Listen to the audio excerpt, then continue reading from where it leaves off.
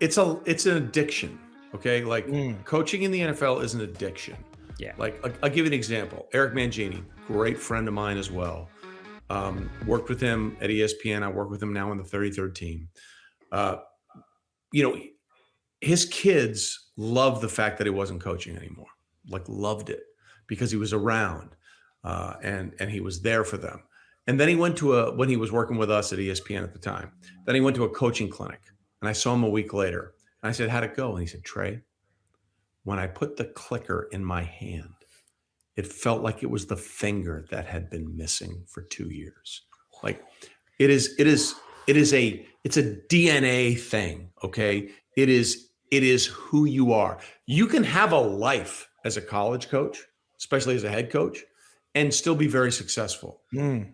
You can't as an NFL head coach. Like Was that a Steve Spurrier thing, right, Trey? When he Spurrier was a joke. Like he couldn't handle it. He couldn't Yeah. give you the great Steve Spurrier line when he was head coach of Washington. He told Marvin Lewis, who at that point was the defensive coordinator, he said, "Yeah, Marvin, I'm going to take the offensive players and go over here. You take the defensive players and work over there."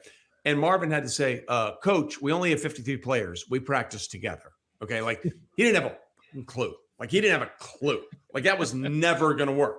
Like he had that infamous line, like, "I see Jim Haslett staying in the office at 4:30 in the morning and doesn't seem to work out for him." Like Steve Spurrier was never qualified to be a head coach in the NFL because it wasn't part of his DNA.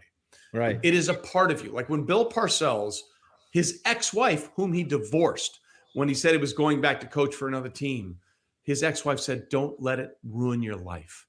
Don't let your health be a problem for all of this." Like these guys that are lifers in the NFL, it is part of who they are. It is in their core. It is in their blood. It is in their DNA. Even if they wanted to not do it, they couldn't not do it.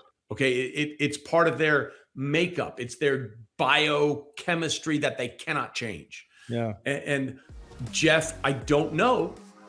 I don't know. Like, I think a part of him believes that. I think a part of him feels that way.